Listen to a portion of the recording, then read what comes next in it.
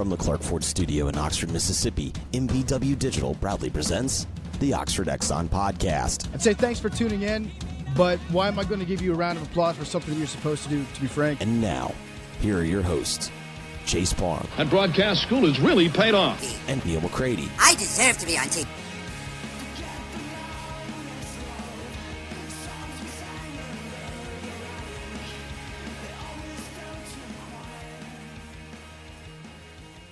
Welcome to this Monday edition of the Oxford Exxon Podcast. Chase Parham, Neal McCready. Clark Ford Studio this morning. Ole Miss football continuing preseason camp. Season's still a pretty good ways away. 19 days, I guess, if I'm doing the math correctly, from the first game against Memphis at the Liberty Bowl. So we'll talk a little football. We're still in that period where it started, but there's not a ton to talk about because we don't see a lot of practice. We don't know half of what we're watching when we do, and that's kind of where we are. But a lot of content up at rebelgrove.com. We'll discuss some of that, and we'll talk about whatever strikes us over the next hour or so here with you on the podcast, brought to you every single day by the Oxford Exxon, Highway 6 West in Oxford. You know, the lunch specials, the daiquiris, $3.99 for the cheapest one, 44 ounces if you want the really, really big one. A lot of flavors to choose from there, ribs, lunch specials, and more, as well as saving some money at the pump with the Speed Pass Plus app, the mobile rewards program, and more. And again, coming to you from the Clark Ford Studio. We are. Clark Ford is in Amory, Mississippi. 662-257-1900 is the number. Call it. Ask for Corey Clark. Tell Corey what Ford product you are looking for, what Ford vehicle you are looking for. He'll send you a quote within 15 minutes in business hours. It's that simple. No hassle, no haggle. You get your quote, and the rest is up to you. You can use it as a baseline moving forward. That's certainly your prerogative. Or you can do what I've done and what I've been really happy that I've done several times, and that is get into a Ford vehicle from Clark Ford today. You'll love the car, the truck. You'll love the service you get after the sale. They take care of you. I say this all the time. Corey wants to be your truck guy. He wants to be your car guy, and he will prove it to you when you make that call. 662-257-1900. So, I ran across this morning. A lot of people try to break really dumb records. This might be the dumbest. Did you see this? A guy has broken the record for amount of time he could be submerged in ice. I did not see that. This on the heels of the Antonio Brown thing, where apparently it was not frostbite from the cryo chamber. He had a bunch of other stuff kind of going on, and that was I know it's amazing in the media and whatnot, but that's not actually what happened. You cannot get frostbite that quickly from that cryo chamber. And now he's got that helmet thing going on too. He's got some weird stuff. It's the Raiders. They always do dumb stuff, and it is what it is from an organization. But you've got to wonder if you've just got a complete head case at this point. No, I don't think you have to wonder. That's a good point. You have a head case. You have to wonder what you're going to do about said head case. Great wide receiver. Complete head case. Yeah. I've listened to Dan Le Batard talk about his background, and he's been through a lot, and it has scarred him. And I'm not sure that he's completely recovered at all from some of the things that happened to him as a young person.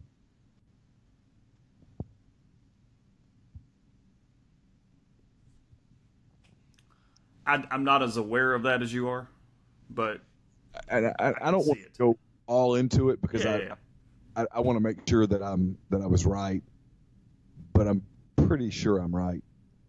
He was basically abandoned and homeless, if I'm getting my story straight, for a period of time during his youth, like 15, 16, 17 years old.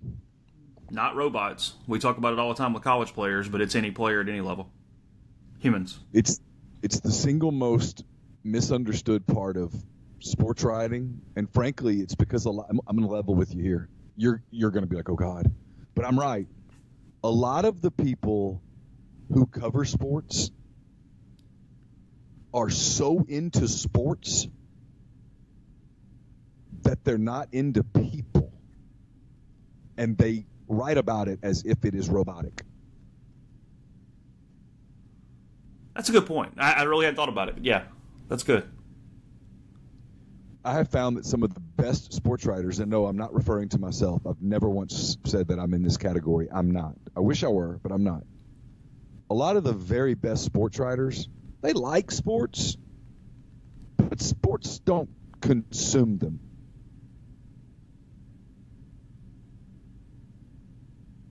They're really into other things, and it lets them.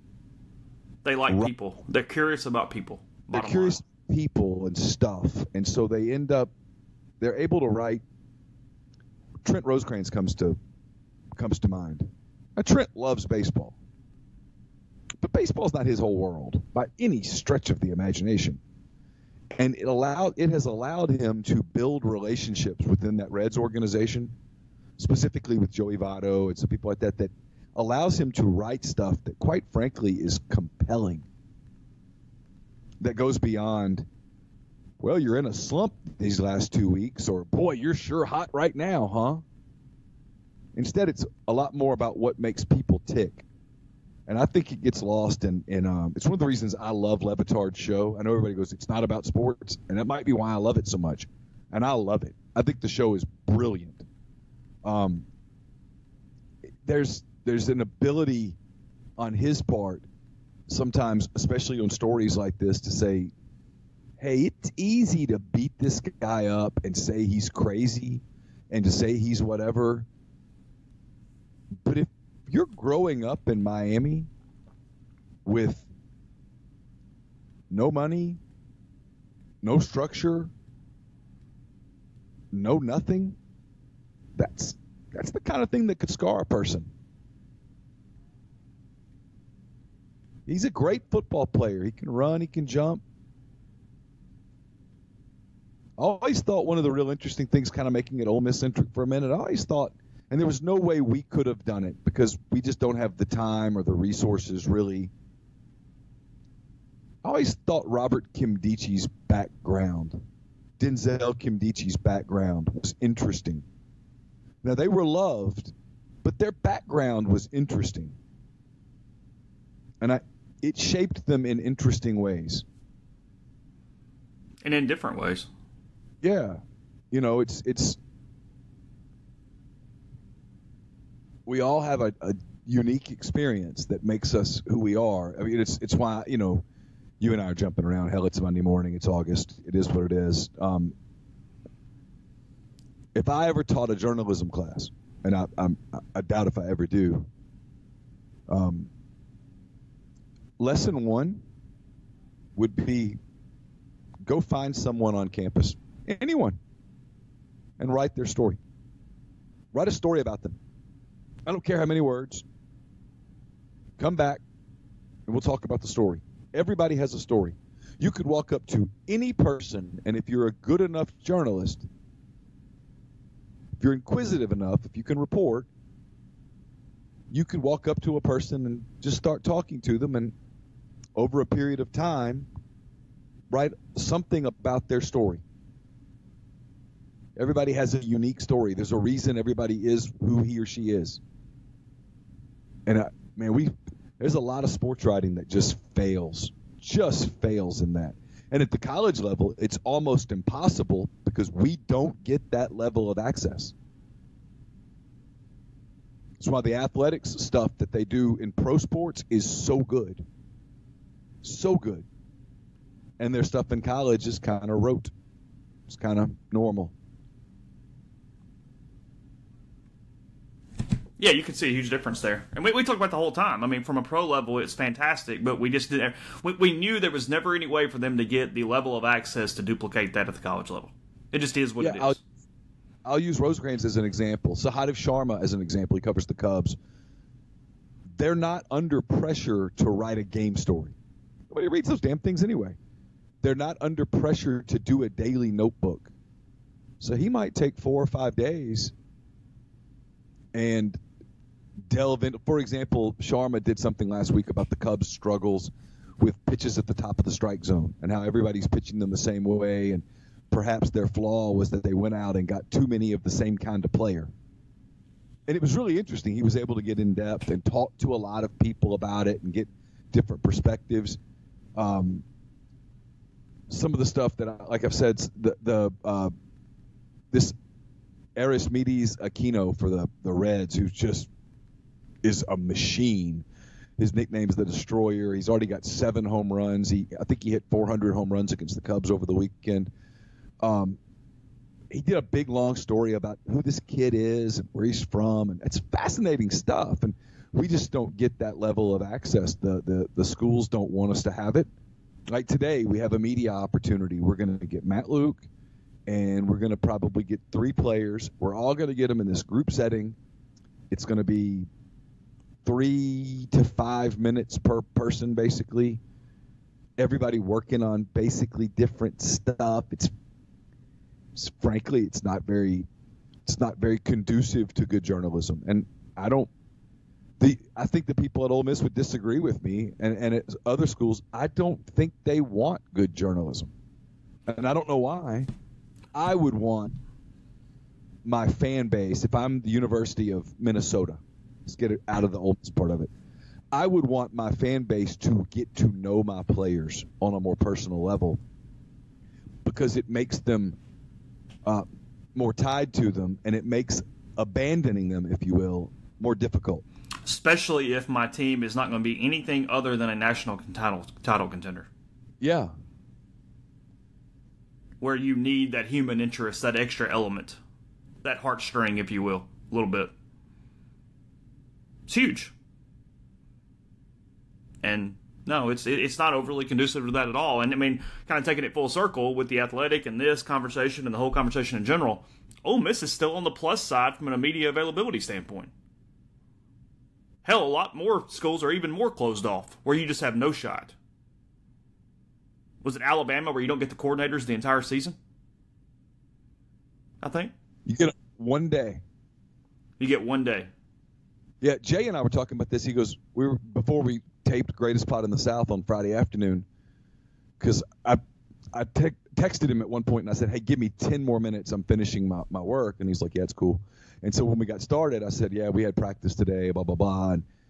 And I told him what we got to see and do. And he's like, oh, yeah, we don't. His exact words were, we don't get blank. Mm-hmm. You don't get anything.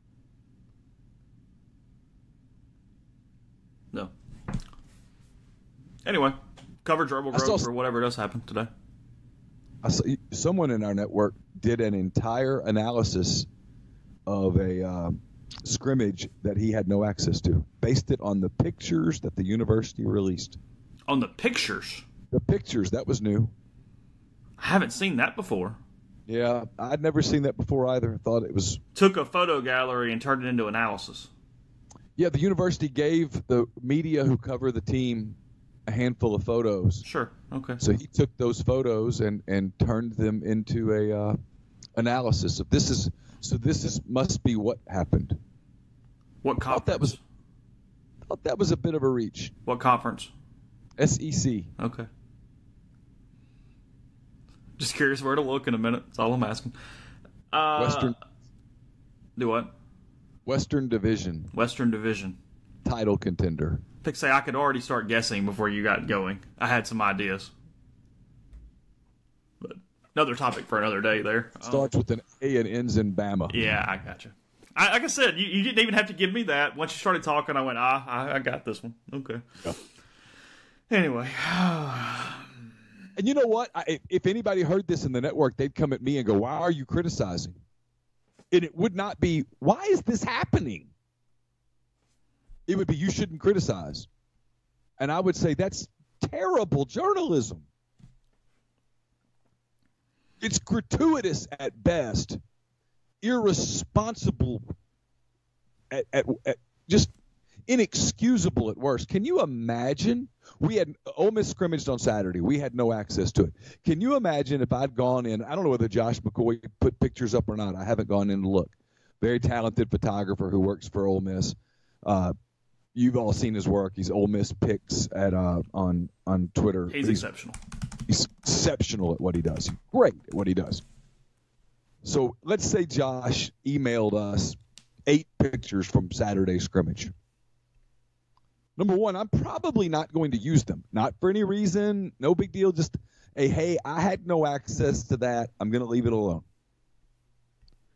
But if I were to use it, I wouldn't try to interpret what I saw. It's like there was a thread on our message board. There was the little hype video they put out, Ole Miss put out from the scrimmage where you couldn't tell anything. And people were trying to interpret what it meant. You can't interpret anything from that. And I wrote this in 10 thoughts. There's nothing to interpret yet. We'll find out in 19 days whether they're going to be a surprise, whether they're going to be a disappointment. Whatever they are, it's going to happen in 19 days. You're going to get a first major clue right there because that scoreboard's going to read 0-0 when it gets started. And there won't be anything to hide anymore. It's why the people that try to do all this interpretive stuff through camp, I'm not making fun of them. I just don't really see the need. The answers are going to come. It's a scoreboard business. You will get your answer.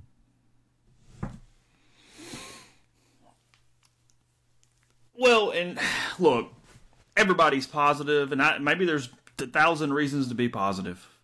But we've talked about this 1,000 times. Nobody comes into camp and goes, hey, our guys suck. We're not faster, we're not stronger, we're not bigger, we're not this, we're not whatever. And when you have whatever, it's really a wait-and-see thing because otherwise you're not even really getting it. You're getting no idea of the full picture. You know what I mean? Like, your only thing to come out of this would be, oh, yeah, he looks great. Yeah, I don't know. Okay, great. Let's take Ole Miss, for example. Yeah. If we were to say right here, man, I really think they're going to be really good. And someone says, well, based off what? Two things. Well, when I see them in practice, they look pretty good. And someone could say, well, what do you see in practice? Well, I see some endo stuff and some stretching and some walk-through kind of drills. Against? Nothing. I don't see them go against anything. I saw one live rep last week. It was on a field goal, and Benito Jones appeared to get his hand on the ball. So that either means that the kicker's not kicking it high enough or Ole Miss's defense against field goals is early, looks pretty good. That's literally the one live rep I've seen. So someone would say, what are you basing it on? I'm not basing it on anything. So what else are you basing it on? Well, when I talk to some people inside the program, they're optimistic. Okay, to me, that's more substantive than what I see in practice, except for this. When was the last time you talked to a coach inside a program who told you in the preseason, I don't like this team? I think we're in trouble. It's never happened. And I've covered good teams, and I've covered awful teams. Well, I mean, a good example of that is we kind of, just bringing it all back to course is 2012. Optimistic camp. They had a good season. They stayed healthy on the offensive line. They went 6-6. They went 7-6. Whatever. We had Dave Womack on one of our live shows last year at Funky's. Dave goes, I saw the team and I was terrified. We had more talent at Arkansas State. They didn't tell us that not in August of 2012. No. Told us that 6 years later. Because when they're talking to the media, they're talking to their team. Mm-hmm. They know that. Matt Luke knows that. That's not exclusive to Nick Saban. Matt Luke knows that when he talks today, his players are going to hear it and read it. You're going to see it, hear about it. No doubt. No chance that they don't see it. So if he's communicating something, sometimes it's targeted. Matt has known all weekend that he'll talk to the media at 1-ish today. So the bottom line is you see outlets, and I'm not naming any particular outlet. It's all over the place. Being super optimistic. If you were to boil it down, what are you basing that on? There's not much substance. Now, does that mean Ole Miss is going to be bad? Absolutely not. Because the inverse is true. If I were to say, hey, I think Ole Miss is really going to be bad, someone would say, based on what? What you've seen in practice? How many other teams have you seen practice? Have you seen Memphis practice? No. Have you seen Arkansas practice? No. Have you talked to the Arkansas coaches? I mean, every other day I talk to all of them, but no, I haven't. No, the answer is no. I'm not talking to anybody, and if I were to talk to the Arkansas coaches, what would I get? Some form of propaganda. Yeah. So it's the funny thing about preseason is so many people in our field, either because it's what they think their readers want, or it's because what they want and what they're hoping for, they get this super optimistic stuff. And then when the season rolls around, it's almost like the consumer forgets that they said it when it doesn't go that way.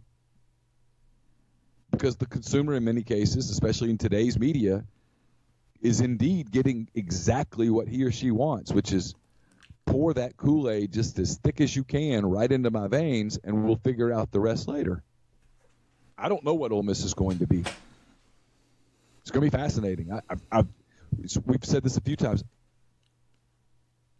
I can't remember the last season I was this interested in. Because I think anything from 3-9, and boy, this is rough, to 7-5, and very competitive with the chance to do more. I think all of that is on the table. Mm-hmm. Very realistic. Last year there wasn't a lot of reason to be particularly optimistic. You knew there were problems defensively that were going to be impossible to overcome. You knew it. No question about it. This year, I don't know. We'll see. Yeah.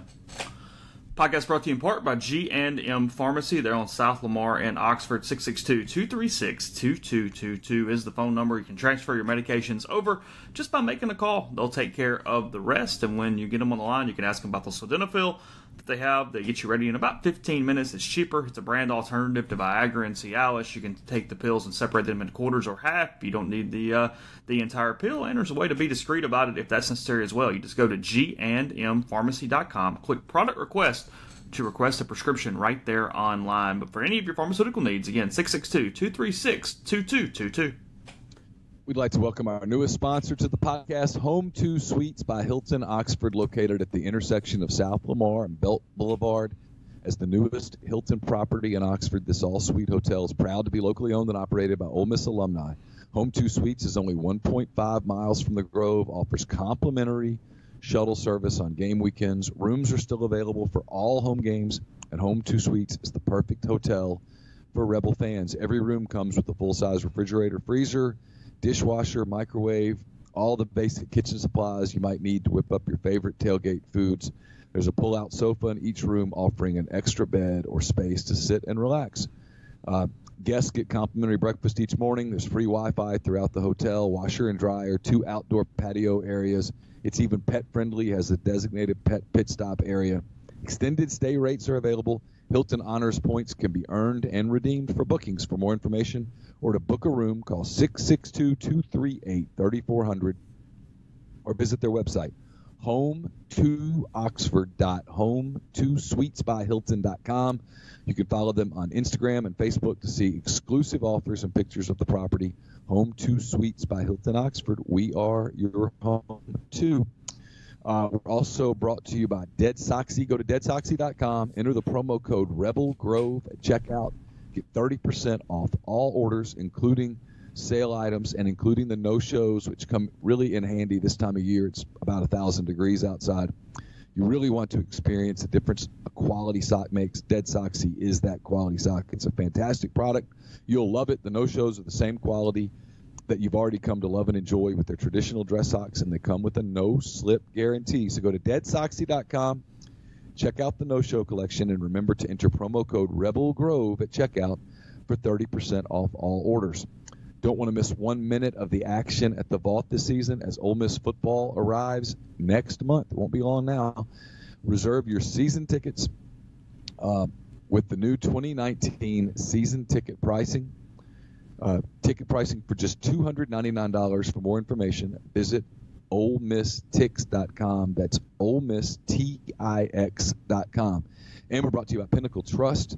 Pinnacle Trust, based in Madison, Mississippi.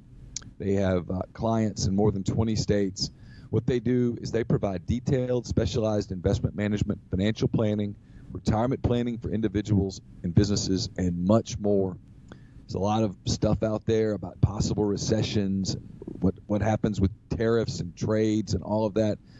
You need a financial professional to guide you through how all of that stuff might or might not impact you.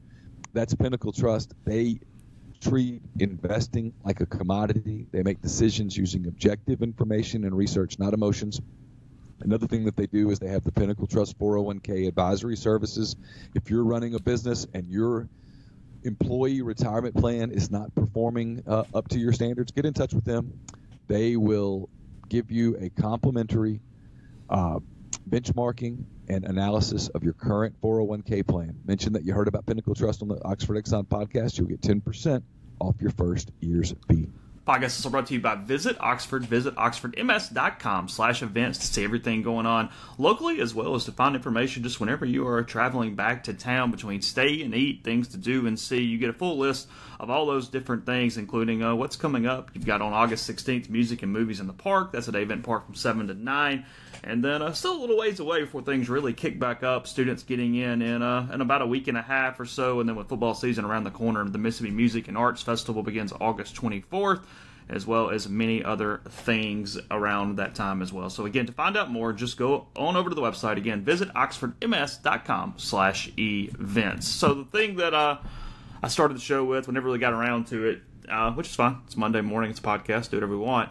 The ice thing. So reading here from CBS News, how long could you last in a box of ice? 1 minute, maybe 2. This extreme athlete, let me repeat that, lasted more than 2 full hours. Austrian athlete Joseph Kerbel broke the world record for longest time spent submerged in ice Saturday. He lasted more than 2 hours in the box, wearing nothing but a swimsuit and having ice up to his shoulders. Oh, my God. I'm in pain just thinking about it. 2 hours? Here's where it's not even the fact that he did it. It's not even the fact that of all records, just to say you broke a world record, you chose this one. Here's what bothers me about his intelligence. With a time of 2 hours, 8 minutes, and 47 seconds, Kerbel beat the previous time spent in direct full-body contact with ice of 1 hour, 53 minutes, and 10 seconds. That record was previously achieved by Chinese athlete something in China in 2014. Here's my question. If the record was 1 hour and 53 minutes, what in the heck were you doing those final 15 minutes when the record was already broken? I'm going to guess that he was too frozen to say, get me the hell out of here. Because even if I'm determined to do this, as soon as that second is up, get me out then. Yeah, because how many people are really wanting to break that record? There can't be a long line of people going, you know what, I'll tell you. Here's the one I'm picking out. Someone came up to me and said, Neil, do you want to get in the Guinness Book of World Records? I'd say, yeah, maybe. Well, here's what you have to do. You have to submerge yourself in ice for 2 hours. I'd say, nah, it's not that important. This is so stupid. He took on the challenge in front of Vienna's main train station, fully submerged up to his shoulders in a clear box filled with ice cubes. Over the course of the 2 hours, his temperature was monitored, and afterward his health was checked by medical officials. Quote, I do not think the question is whether this makes any sense, said a bystander. It is just a crazy idea to do such a thing and put yourself in a box with ice and try a world record. I guess it's fascinating. He said he could have stayed in longer, but frankly, there was no point. Well, frankly, there's no point goes to a lot of this. Yeah. I just text you a photo of Kerbel in his box of ice. There it is. Let's see. Yeah, that's just not sane. He's just standing there staring. It's actually amazing me that you don't get unhealthy or whatever with this. That there's not some problem medically. Yeah. I will say that the octopus drawing on the outside. You like that? Yeah, that would make a good mascot. An octopus. For a minor league baseball team. Oh. Would you be the octopi or would you be the octopuses? Or would you just be a singular octopus? And when people says, but you could say, look, man. Stanford's just the cardinal. Yeah, we just decided not to fight it.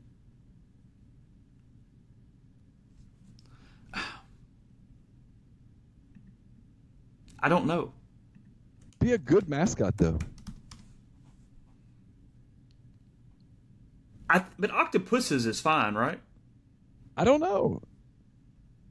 If you're looking at a collection of octopus, are you looking at octopi or octopuses?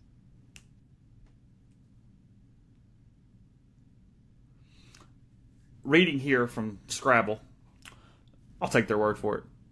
The standard English plural of octopus is octopuses. However, the word octopus comes from Greek and Greek plural form of octopodes. Modern usage of octopodes is so infrequent that many people mistakenly create the erroneous plural form octopi, formed according to rules for Latin plurals. So it's octopuses. It's octopuses or octopodes. Octopodes. You would actually be correct with octopodes per Scrabble. Huh. How do you spell that? O-C-T-O-P-O-S? P-O-D-E-S.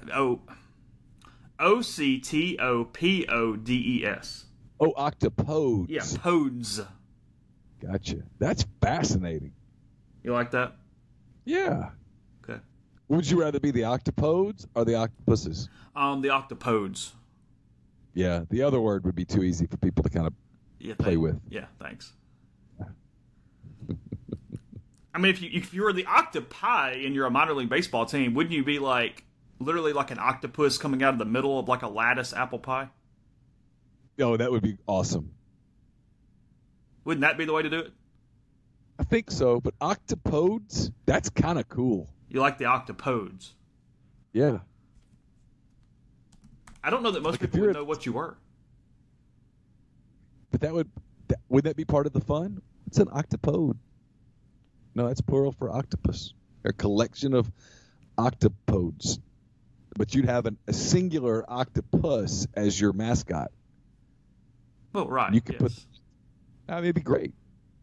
Or you could have a male and a female and be the octopodes. You could.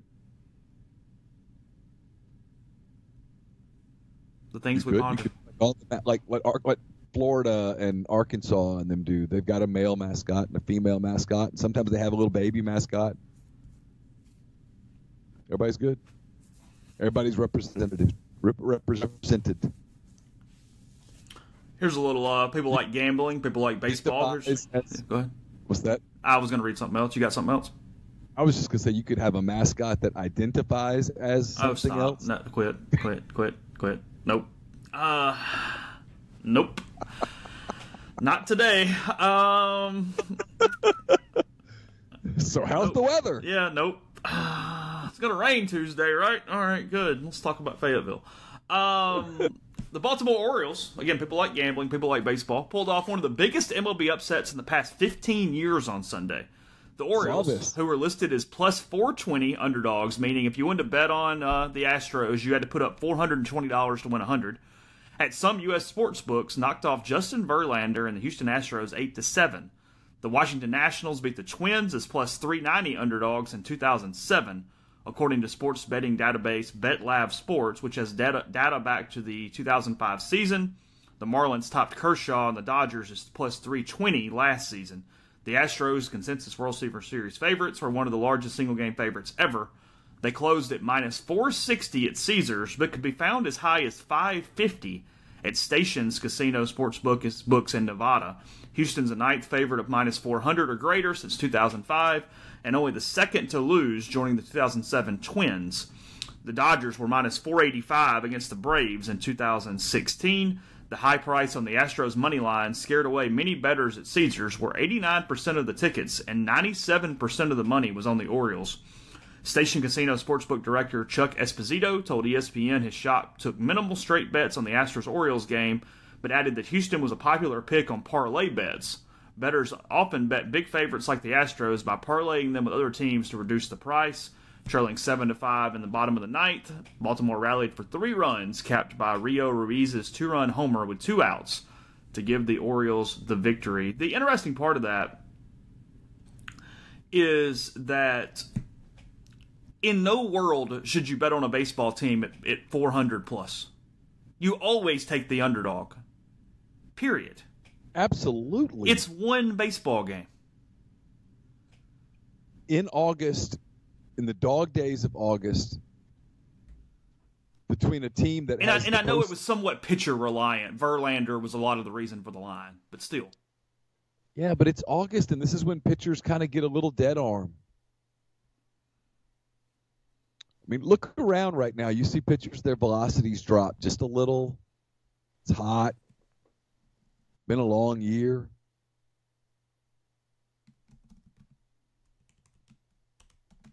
I couldn't bet much on baseball. That would be difficult. Baseball games are weird. Like, I watched the end of the Pirates-Cardinals game yesterday. Pittsburgh was in total command of that game, and Crick comes in, the reliever, who normally is pretty good. He just completely imploded, and St. Louis went on to win the game. That happens in baseball all the time. Like, one reliever has a bad day, ball game.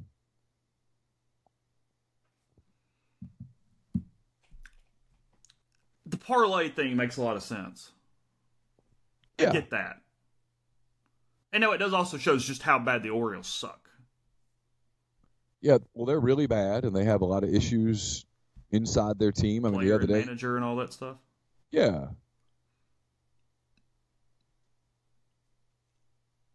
I don't know. Whatever. It is what it is. What's our opener? Is it Florida, Miami? Who is it? Yeah, Florida, Miami on the 23rd, I think, a week from Saturday. What's today? Today's the 12th. Yeah, so it's in 11 days.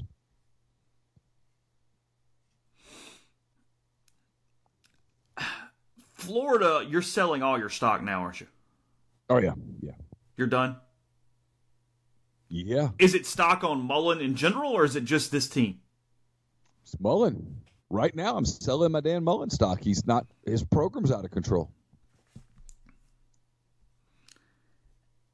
He was in a worse program, kept it together, and kind of did exactly what he was supposed to do, plus one game, kind of, at Mississippi State. Why do you think it's been such a train wreck? I don't know. I'd love to. We probably could get, that might be a good guest to get on. I bet we could get Salmon to come on and talk about it. Where it's gone wrong. It's been all the way around. It's player management. It's recruiting to the level that's necessary. It's everything.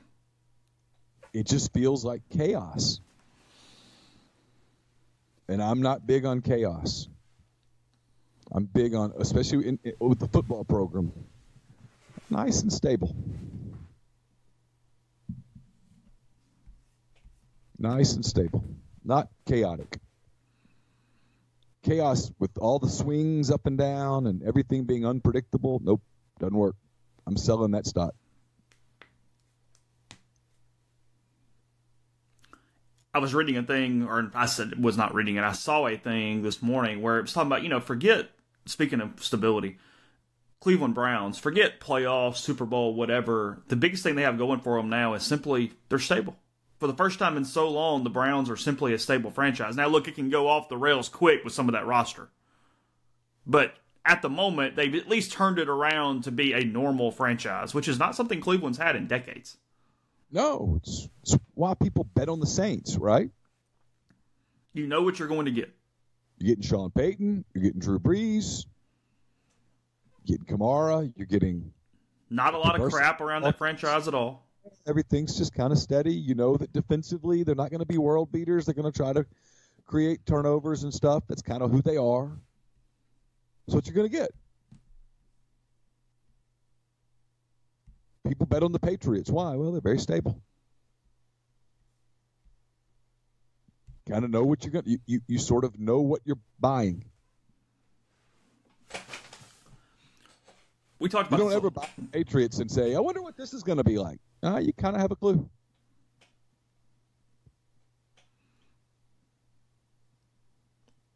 That's a gift. Stability's a gift. There's less of that than you think there is when you start going up and down the teams. Yeah, it's why a lot of people are excited about the Bears or whatever, but I can't go all the way in on the Bears. People say, why? And I said, well, because you don't really know precisely what Trubisky's going to be. You know that the defense is going to be great. He's got a chance to be historically great. There's some talent on offense, obviously. They're pretty good up front. The young running back looks good. And young running backs can be productive in the NFL. Saquon Barkley says hello. So does Ezekiel Elliott. But you don't really know what you're going to get out of Trubisky. And you don't know if they've solved their kicking problem. Well, that's quarterback and kicker. I don't know. That's just enough. Not a lot of volatility. I think they're going to win the North. I think they're going to be a contender. And because that defense was so turnover prone, can you replicate it? Yeah, can you replicate it? But there's just enough volatility to go, I don't know. I don't know if I want to completely buy in on that. You can offer me Saints stock right now, even though it's super expensive. I think it's still a quality buy.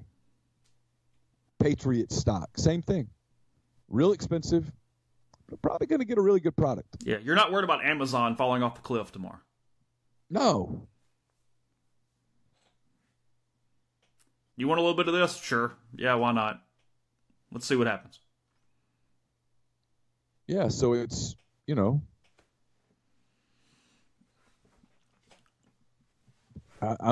if I'm looking at Florida right now, I don't like it. Yeah. It's too volatile. I did get a little chuckle over the weekend. The Rams lost their first preseason game to the Raiders 14-3 or something like that, and the Rams Instagram just put a picture of the game, and then they said preseason football with a little shrug emoji after it. Yeah. And that was it. It's like, okay. Yeah, something tells me that McVay didn't lose a lot of sleep over the score. Yeah.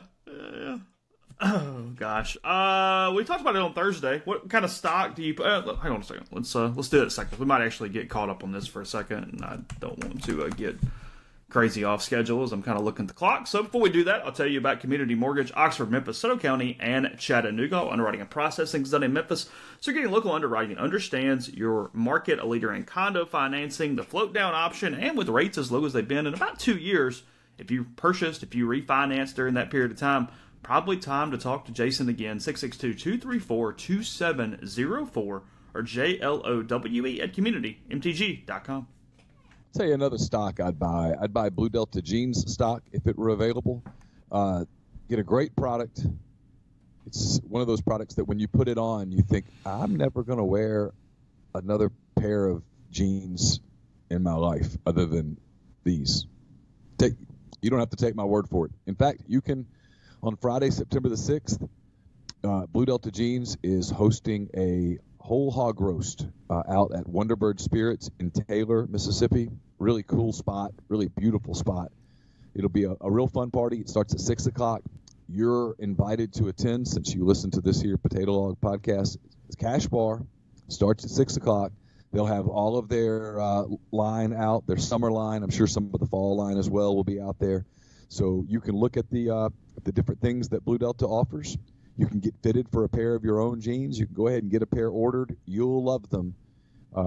They make free alterations. If you gain some weight over the next few months, lose some weight over the next few months, they can make it work for you. It's a great product. You will absolutely love it when you put it on your body. It's Blue Delta Jeans, September the 6th out at Wonderbird Spirits in Taylor. And you're all invited. The podcast also brought to you by the Westin Jackson. Restore serenity to your soul at Soul Spa, the ultimate luxury spa experience in downtown Jackson. You can also gather at Estelle Wine Bar and Bistro, sip on a creative craft cocktail, or enjoy their curated wine list. It's open for breakfast, lunch, dinner, and Sunday brunch. Chef Caden's mission is to connect guests with the community through local partnerships, so gather at Estelle tonight. We're also brought to you by Grenada Nissan. If you're in the market for a Nissan vehicle, Grenada Nissan's the place to go. They've got a complete selection of new and previously owned Nissan vehicles. Go in, test drive one today. Tell Gene and Sandy that you heard about Grenada Nissan on the podcast. You'll get Rebel savings on top of the already great deals at Grenada Nissan. It's GrenadaNissanUSA.com. And we're brought to you by Harry Alexander. Harry is the sponsor of my 10 Weekend Thoughts. They are up on the website that we run. It's called rebelgrove.com. It's part of the Rivals Network. If you haven't subscribed, now would be a really good time to do that. It'd also be a really good time if you're heading into town. I know that some people did this just over the weekend. If you're heading into town soon, moving a college kid in, maybe you're coming up for one of the games here soon, get in touch with Harry. Check out Savannah Square, Oxford. It's a new 9-acre development, 7/10 of a mile from the Oxford downtown square. It's conveniently located east of North Lamar, just a short stroll from the Midtown Shopping Center. Savannah Square will initially consist of 32 homes ranging in size from 1,100 square feet to 2,400 square feet. You can check out the model at 215 William Street. Look at the wonderful layouts, the impeccable finishes, and then get in touch with Harry. You can take a virtual tour. You can look at it at savannahsquareoxford.com, and then Harry will take care of the rest. 662-801-5621. So we talked on Thursday about Nick Saban always talking about playing extra games, Alabama acting like they're fine playing how many ever because typically it's not going to change their situation in this current environment very much.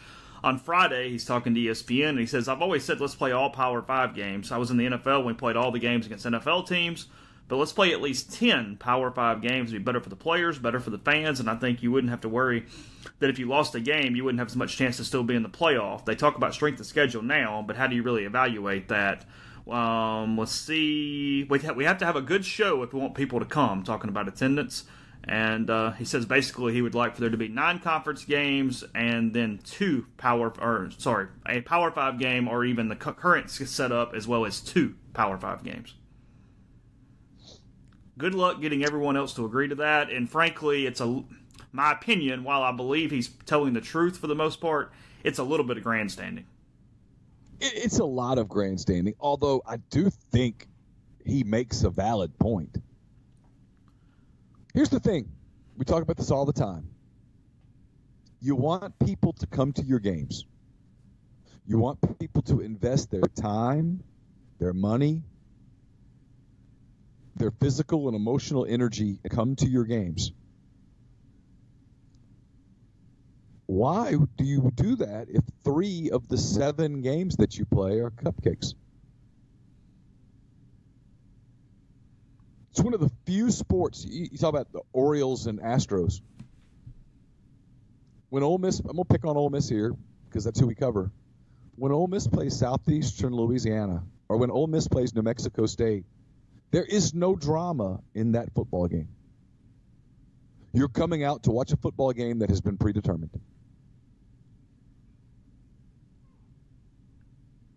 When you think about it, that's a lot to ask of fans. Spend your hard-earned money to come see nothing. Like Arkansas plays, who do they play in their opener? Portland State, maybe? No, State. I don't know. I think maybe that's right. Else. Hey, drive to Fayetteville to come see the Hogs play Portland State. Outcomes predetermined. Wouldn't it be far more entertaining for the fan to see Arkansas play Baylor or Arkansas play Boston College? Wouldn't it be more interesting? I mean, Saban's right. Yeah, he's grandstanding. He's self-serving because there are only probably 3 teams in the country this year, if that are capable of beating his. Plus, he says it knowing that him saying it has no bearing on it actually happening. Right. The model they're discussing, which is interesting for a couple different reasons, is to play one non-conference Power 5 game annually as part of a home-and-home series and then another at a neutral site. So he still likes the neutral sites. But these neutral sites are taking away from season tickets. They're taking away from that extra home game, even though some schools like that because it cheapens the ticket package from a price standpoint, even though there's one less game and it's a high-profile game you're losing, frankly. But these neutral site games are not good for the season ticket holder at all. You're much better off these things being home and homes. Yeah. Frankly, these neutral site games are kind of played out, if you don't know the truth. Yeah, we talked about it the other day. Ole Miss and Baylor be far more interesting in Waco and Oxford and Waco than it is in Houston. Yeah, Ole Miss will went go. to Cal 2 years ago, and that allowed a lot of people to go out there, see the air of the country. I mean, the game was terrible from an Ole Miss standpoint, but have a great time, whatever. And I don't know if Cal travels or not, but some Cal fans will get to do the SEC thing this year. Yeah, they'll come and do the Grove thing and the SEC thing or whatnot. Yeah. Ole Miss fans went out there and went to San Francisco and went to the Golden Gate Bridge and went to Alcatraz and did some wine country stuff and all good. Napa or whatever, and then went to a game on Saturday and thoroughly disappointed and came home. Yeah. And so, yeah, it's much better. And it's much better for the season ticket holder. Hey, you're going to get to see Cal this year. That's a treat. That's unique. I mean, he's right. It's not going to happen. It's self-serving. It's grandstanding. But he is right. I'll give him that.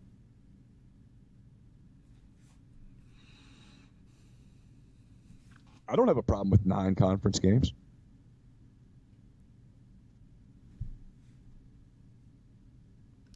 He comes on and says after that, we're almost all home and home games from here on out and trying another one. You've got to make them match up because if you're playing an away home and home game and a neutral site game in the same season, you don't have enough home games. We've got to play more home and home. He's right. Can't argue that. I mean, who knows? Maybe Ole Miss and Baylor will both just shock the world this year, and that matchup next season in early September will be just sexy as hell. But the odds are against that. It's a cool venue. It's a great stadium. Some people will go to Houston for whatever. I mean, you know, Houston's okay. Whatever, I guess. His last quote, in the last part of this, is what is the truth in all this. He says, so they get one more game and they have 10 games against Power 5 schools. It's been harder for us because our rivals Auburn and Tennessee are in the conference, but I can promise you that we want to play more games against Power 5 teams and should play more games against Power 5 teams, all of us. Quote, if we don't, fans are going to quit coming, and I can't say I blame them. That's the gospel according to Nick Saban, and I have to say amen. It's hard to argue with that. Now, it's easier said than done when everybody puts such an emphasis on 6 wins and you're not Alabama. I get it. But at the end of the day, the way to get people into the stadium is to make it an atmosphere, make it a cool day. Make it an event. And the team on the other side has a lot to do with that. When you take away the suspense of the outcome of the game, it kind of takes away some of the incentive for the fan to come, right?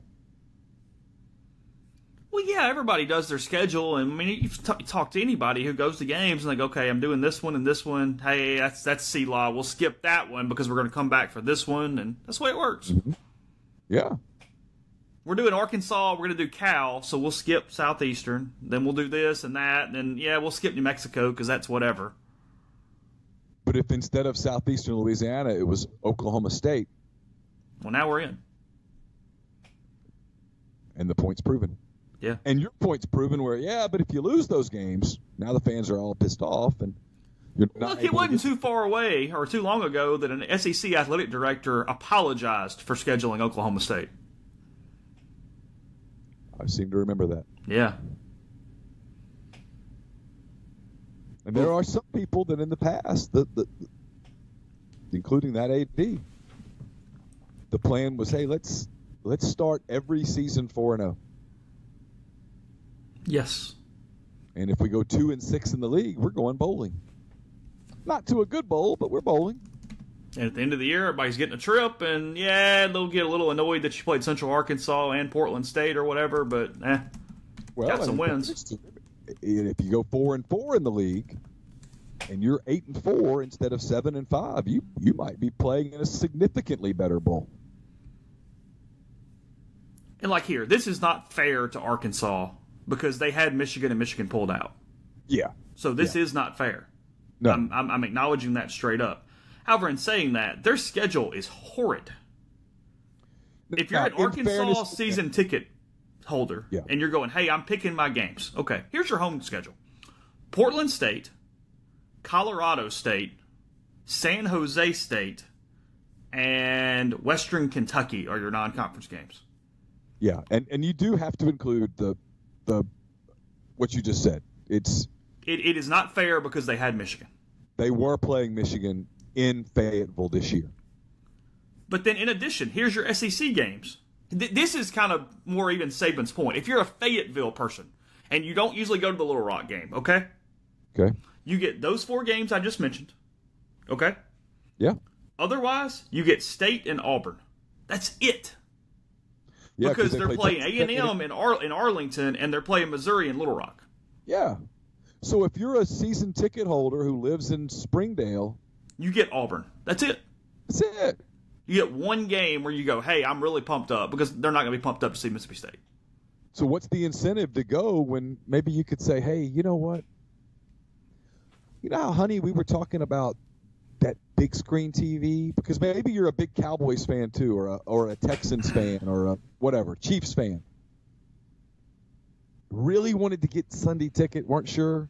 Really wanted to get that big 75-inch 4D screen or whatever the hell it is called now.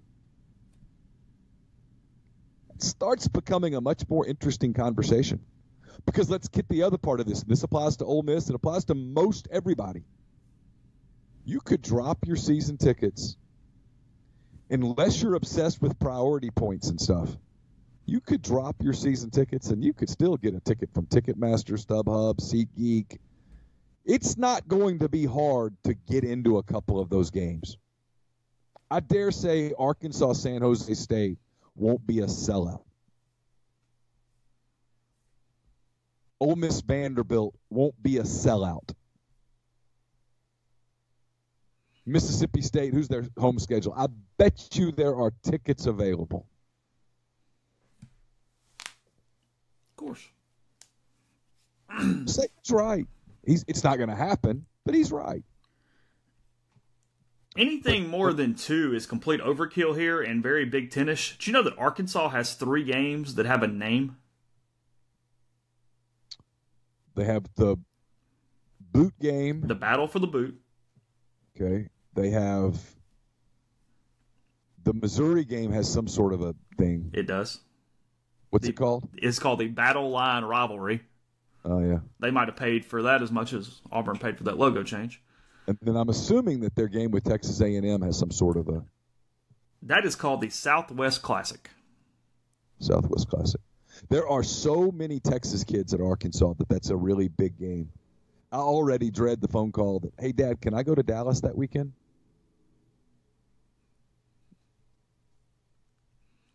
I still think Ole Miss and Arkansas should play for Houston Nutt's hat. The big wide brim one. That'd be good. Yes. Should have both logos on it, just a big straw hat. How much would you pay me to get a big straw hat and wear it to that game?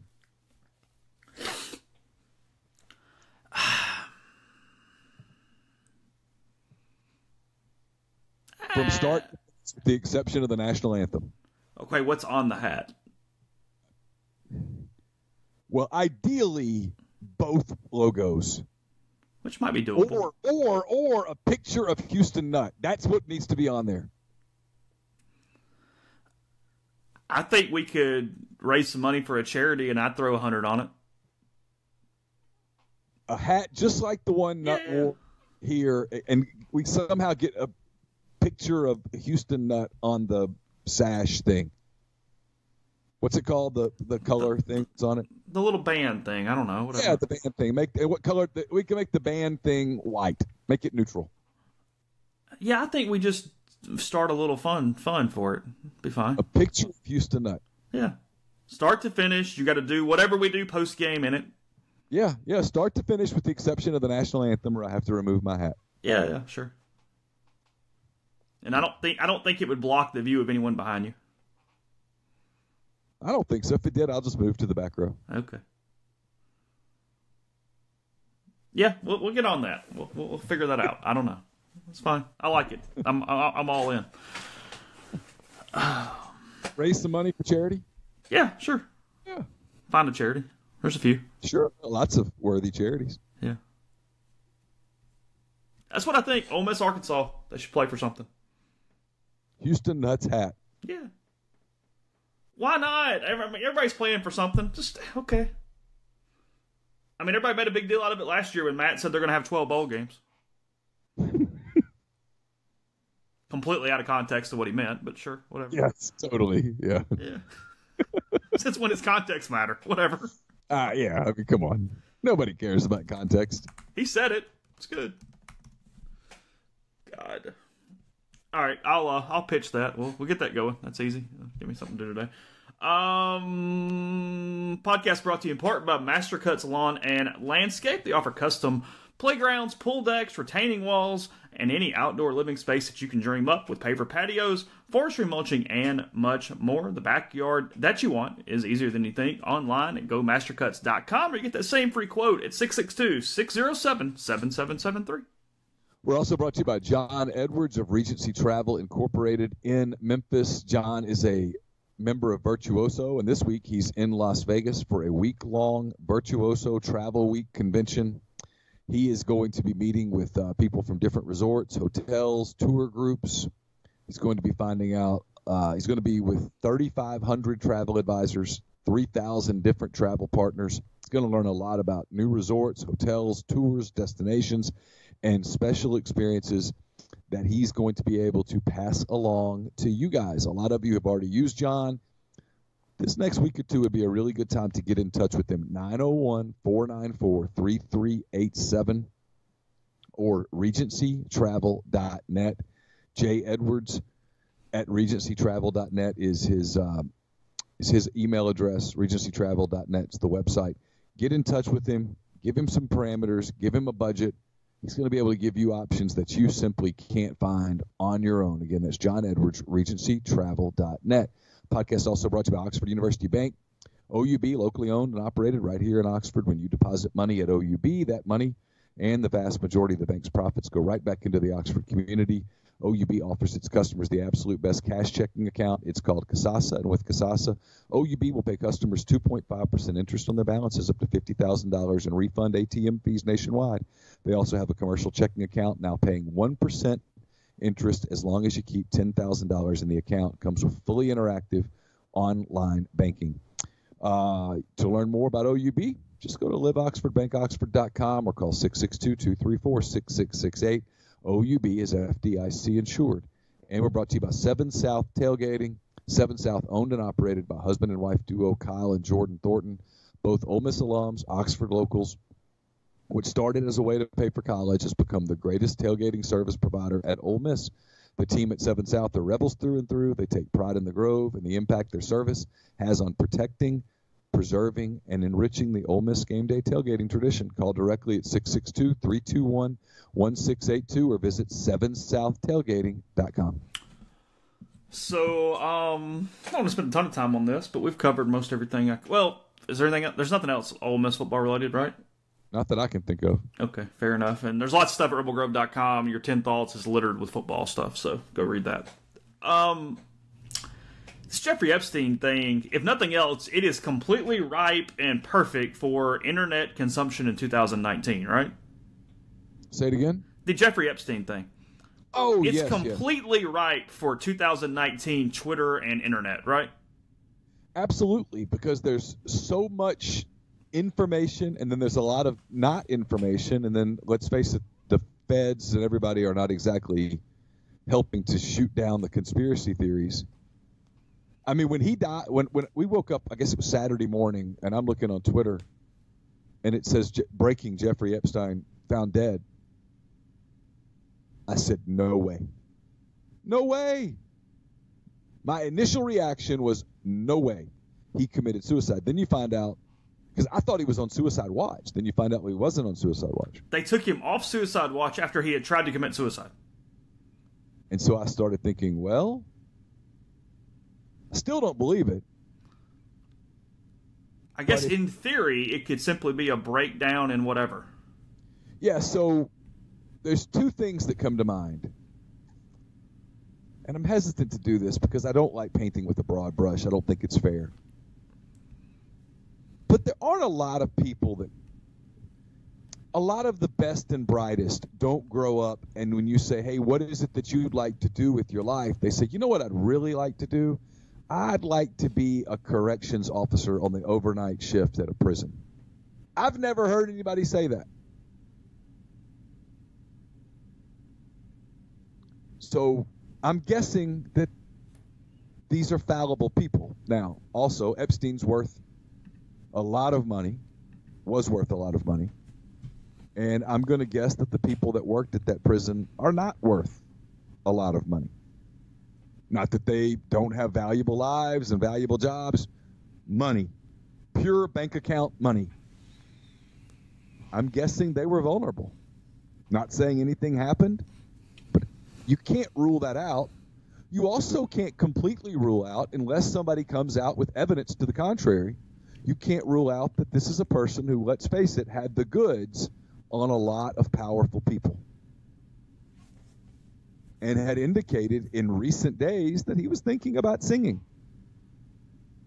There were people out there on both sides of the political aisle. I'm not doing this. Both sides of the political aisle, there were people out there who they probably weren't sad to see him silenced.